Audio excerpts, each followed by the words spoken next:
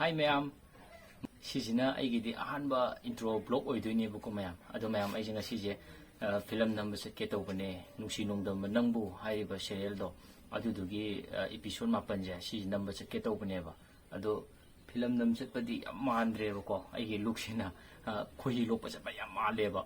Ado mayam aigi look se kamai tawbuno hai matamda hojiki nungsi nongdam nangbu haiba serial sida aina logjaribase hanagi aina halapadi yumba nungaini da logjakiba lemba sakibdo mada sing lemba dugadi sigi nungsi nongdam nangbu hairiba serial sida lawriba jingadi pura totally difference nebako aina lawrije akoigi ina kaira khunba adegi sum khara standard leiba ngoksanabasu nataba haitare kungang khara haidaraga leiba adegi samnung makta khao adegi koisu malon nanba yadaba hai firon makta selo imon mon pacha monaba adugumba khara haidaraga leiba adu ngoksanaba gunda tawba adugumba sabani ne aina sigi look se change tawhan maneba sije chahi amamu change aina sumaina khaga tawraise adu yang wana su khaksaraga aigi sigi look se change tawjarakpane bako ado mayam film number setpagi video singjo e hapcharake bako makhada horen yengminaje bako ache film number je chasarurgi ge ado mayam aigi channel je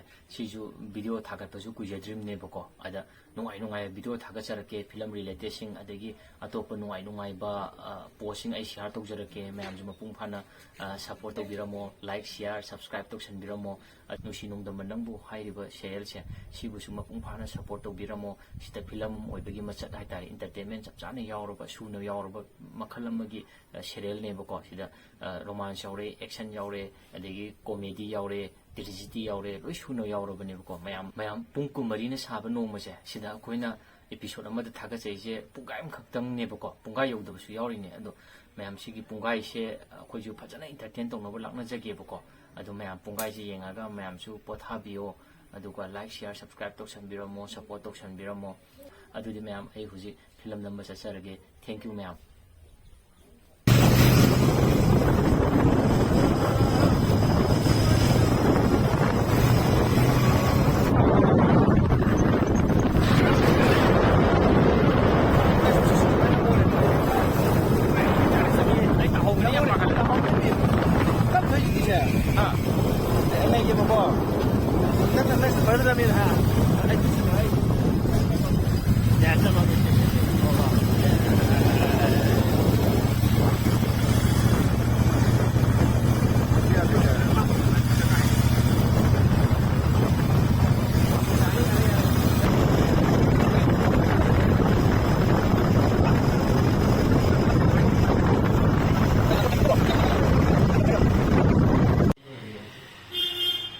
shooting ki hero cable hoye ji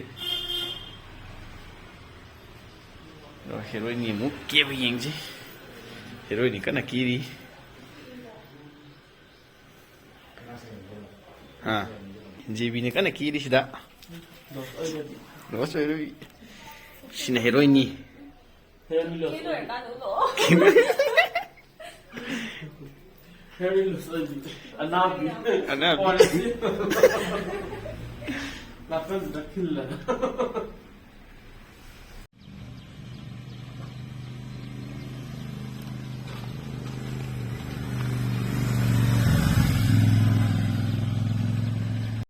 Shooting हो रहे जी हो रहे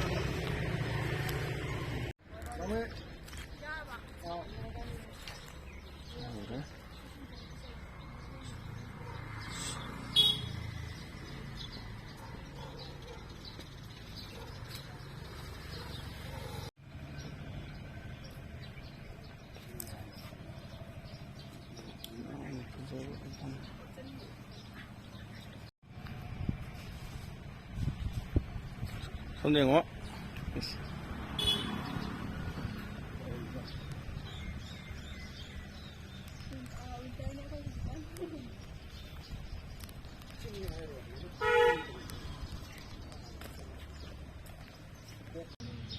시퍼보다 나빠지지 막 혼만 나 이게 저번에 그 몰라 좀 이다 보니 아이고 근저봐 아이고 누시비가 시작하기 아기도 먹고 힘들게 하죠. 어떤 뭔가 시가 싸우면 봐. 아빠는 너무 또 어떻게 봐. ꯃꯁꯤꯒꯤ ꯇꯥꯏꯕꯪꯁꯤꯗ ꯄꯥꯡꯒꯜ ꯁꯣꯜꯂꯕ ꯅꯤꯡꯉꯣꯜ ꯑꯃꯁꯨ ꯑꯁꯦꯡꯕ ꯅꯨꯡꯁꯤꯕꯒꯤ ꯋꯥꯍꯟꯊꯣꯛ ꯃꯌꯦꯛ ꯁꯦꯡꯅ ꯈꯪꯍꯟꯕ ꯄꯥꯝꯃꯤ ꯃꯤ ꯑꯃꯅꯕꯨ ꯃꯤꯕꯨ ꯍꯟꯊꯅ ꯌꯦꯡꯕꯁꯦ ꯑꯩꯒꯤ ꯊꯃꯣꯏꯅ ꯈ꯭ꯋꯥꯏꯗꯒꯤ ꯄꯥꯝꯖꯗꯕꯁꯦ ꯁꯣꯝꯒꯤ ꯋꯥꯐꯝꯁꯤꯡꯁꯦ ꯑꯩ ꯀꯔꯤ ꯍꯥꯏꯒꯗꯕꯅꯣ ꯈꯪꯗꯦ ꯗꯥꯄꯥꯃꯦꯟ ꯁꯣꯝ ꯍꯥꯏꯕꯤꯔꯅꯨ ꯄꯤꯛꯂꯥꯏ ꯀꯧꯕꯤꯌꯨ ꯍꯥꯏꯖꯕꯅꯤ ꯍꯣꯏ ꯄꯤꯛꯂꯥꯏ ꯅꯨꯄꯤꯗꯨꯅ ꯑꯩꯒꯤ ꯃꯇꯦꯡꯈꯛ ꯄꯥꯝꯖꯕꯒꯤꯅꯤ ꯍꯥꯏꯅ ꯈꯟꯕꯤꯒꯅꯨꯗꯣ ꯑꯗꯨꯐꯥꯎ ꯍꯥꯏꯔꯝꯃꯒ ꯀꯦꯃꯦꯔꯥ ꯑꯦꯛꯁꯟꯁꯦ ꯃꯇꯦꯡꯈꯛ ꯄꯥꯝꯖꯕꯒꯤꯅꯤ ꯍꯥꯏꯅꯁꯨ ꯈꯟꯕꯤꯒꯅꯨ ꯂꯩꯊꯣꯛꯈꯤ ꯇꯞꯅ ꯈꯣꯡ ꯊꯥꯡꯗꯣꯛꯈꯤ ꯌꯥꯔꯦ ꯑꯩꯒꯤ ꯅꯥꯀꯦꯟ ꯊꯥ ꯑꯣꯏꯔꯕ ꯄꯨꯟꯁꯤꯒꯤꯗꯃꯛ ꯗꯥꯄꯥꯃꯦꯟꯅ ꯎꯄꯥꯜ ꯑꯣꯏꯅ ꯂꯦꯞꯄꯤꯗꯅ ꯄꯨꯟꯁꯤ ꯆꯨꯞꯄ ꯎꯔꯨꯝ ꯄꯤꯕꯤꯗꯨꯅ ꯑꯃꯨꯛ ꯍꯟꯅ ꯌꯦꯡꯅꯤꯡ ꯆꯣꯡꯕ ꯐꯪꯍꯟꯕꯤꯌꯨ ꯍꯥꯏꯖꯕꯅꯤ ꯅꯉꯣꯟꯗ ꯑꯃꯨꯛꯇꯪ ꯂꯩꯁꯜꯂꯒ ꯌꯦꯡꯉꯣ ꯅꯨꯄꯥꯗꯨꯗ ꯑꯃꯨꯛꯇꯪ ꯌꯦꯡꯉꯤ ꯑꯗꯨꯒ ꯆꯪꯁꯤꯜꯂꯛꯏ ꯗꯥꯄꯥꯃꯦꯟ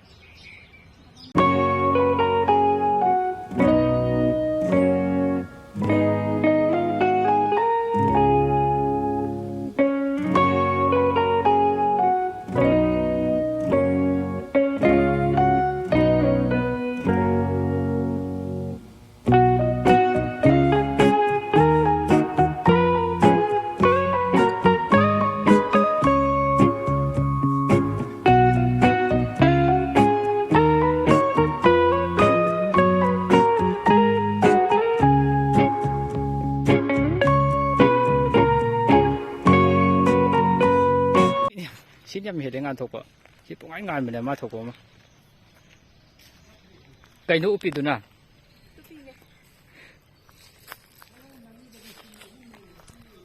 ꯑꯦ ꯁꯤ ꯃꯇꯦꯡ ꯌꯥꯝ ꯄꯥꯡꯖꯕ ꯉꯁꯤꯒꯤ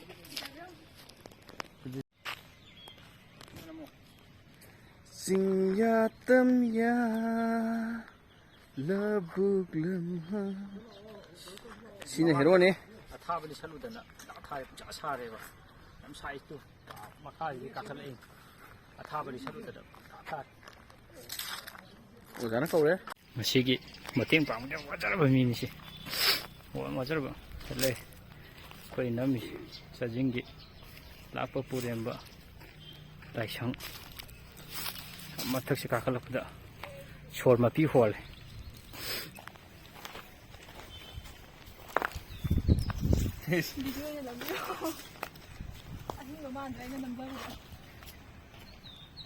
ꯁꯤꯗꯤ ꯉꯥꯜꯂꯦ ꯇꯥꯟ ꯃ꯭ꯌꯨꯖꯤꯛꯀ ꯍꯥꯞꯄꯤꯁꯤꯗꯤ ꯁꯦ ꯇꯧꯔꯤꯁꯨ ꯃꯥꯅ ꯃ꯭ꯌꯨꯖꯤꯛꯀ ꯍꯥꯞꯄꯤ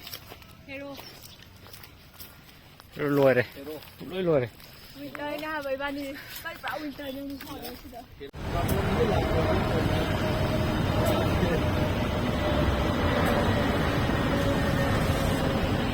ꯑꯩꯈꯣꯏꯒꯤ ꯄꯩꯁꯥ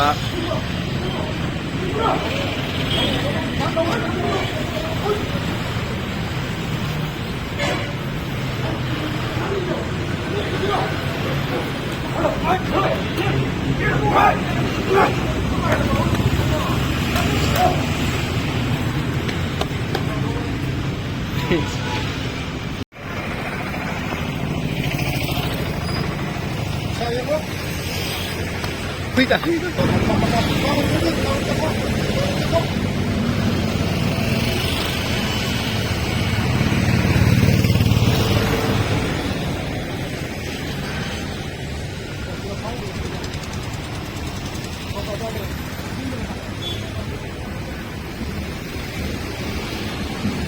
Hero.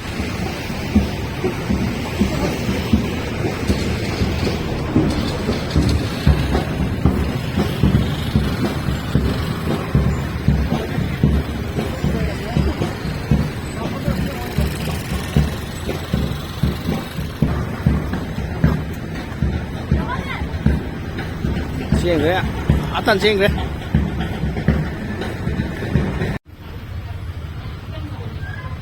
Gari asim mamakta adum nang rồi.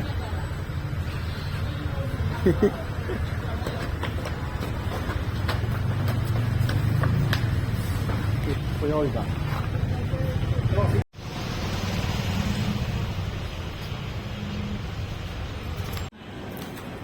Setting rồi các.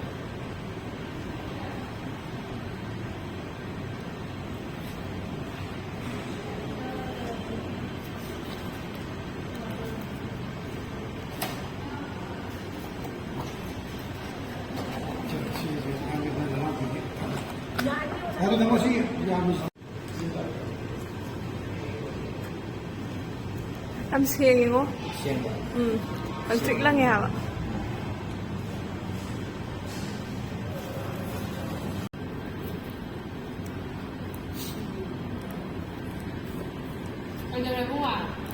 ꯆꯥꯁꯤꯜꯂꯣ. ꯆꯥꯎ ꯆꯥꯎ ꯑꯗꯨ ꯅꯦꯛꯁ ꯌꯥꯎꯅ ꯉꯥꯇ꯭ꯔꯤꯛ ꯉꯥꯜꯂꯦ.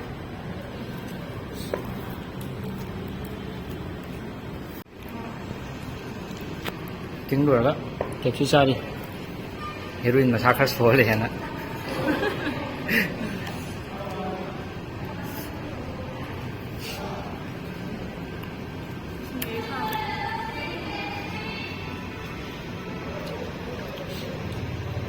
ꯑꯩ ꯃꯁꯤꯗ ꯍꯧꯔꯒ ꯃꯥꯜꯂꯤ